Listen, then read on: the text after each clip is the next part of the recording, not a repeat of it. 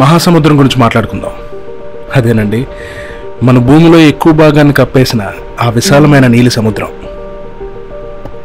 అది కేవలం సెలవులకు వెళ్ళినప్పుడు ఫోటోలు దిగడానికి అందమైన బ్యాక్డ్రాప్ మాత్రమే కాదు, నిజానికి భూమి మీద జీవం అక్కడే మొదలైంది. సీరియస్గా చెప్పాలంటే మనం పీల్చే గాలిలో 60% ఆక్సిజన్ సముద్రం నుంచే వస్తుంది.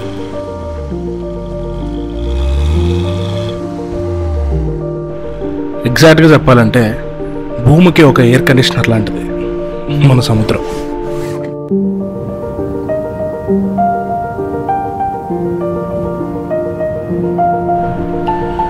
మత్స్యకారులు మాత్రమే సముద్రాన్ని నమ్ముకుని బతుకుతున్నారని అందరూ అనుకుంటారు, కానీ నాన్ వెజ్ తినే ప్రతి ఒక్కడు సముద్రం మీద బతుకుతున్నాడు.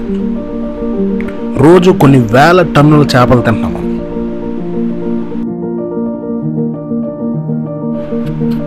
సముద్రంతో మన బంధం చేపల వరకే అనుకుంటున్నారేమో, మనకు సముద్రంతో ఎప్పటి నుంచో అనుబంధం ఉంది.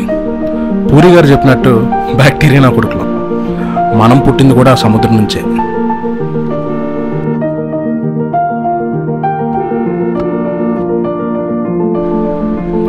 తెలియకుండా మనకి ఎన్నో విధాలుగా ఉపయోగపడుతుంది సముద్రం, కానీ మనం తెలిసి కొన్ని చండాలమైన పనులు చేస్తాం. సముద్రాన్ని ఫుడ్ కోసం, ట్రాన్స్పోర్ట్ కోసం వాడుకుంటూ అందులోనే మన చెత్త చెదారం, మట్టి, మశానం అంతా పడేస్తాం. ఎంత ఘోరం అంటే ఎన్నో సంవత్సరాలుగా మనం పడేసిన చెత్త మళ్ళీ తిరిగి మన కంచంలోకి వస్తుంది. ఎలా అనుకుంటున్నారా?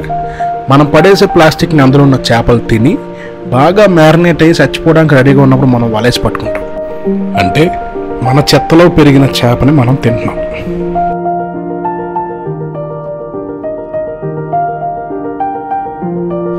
ఇలా మనుషులందరం కలిసి సముద్రాన్ని, అందులో ఉన్న కొన్ని వేల కోట్ల జీవరాశుల్ని సర్వనాశనం చేస్తాం. మనకు తెలియట్లే కానీ ఈ భూమి మనల్ని చంపేయడానికి చాలాసార్లు ట్రై చేస్తుంది. కరోనా ద్వారానో, సునామీ ద్వారానో, ఎన్ని రకాలుగా ప్రయత్నించినా ఈ యదవనా కొడుకులు సావట్లే అన్న కోపంతో, బాధతో, సాయం ఎవ్వరూ రాక నిస్సహాయతతో తన మీద ఉన్న చెత్తని తానే క్లియర్ చేసుకోవడానికి సముద్రం ఒక రకమైన బ్యాక్టీరియాని తయారు చేసుకుంది. ఆ బ్యాక్టీరియా ఇప్పుడున్న ప్లాస్టిక్ని అయితే మాత్రం డిజాల్వ్ చేస్తుంది. కానీ మనం ఆగంగా ఏ రోజుకి ఆ రోజు కొన్ని వేల లక్షల కోట్ల టన్నుల ప్లాస్టిక్ని మళ్ళీ సముద్రంలో పడేస్తున్నాం. మన ఫ్యాక్టరీల నుంచి వచ్చే చెత్తని, వ్యర్థాన్ని సముద్రంలో కలుపుతానే ఉన్నాం. బుద్ధి లేదు మనందరికీ.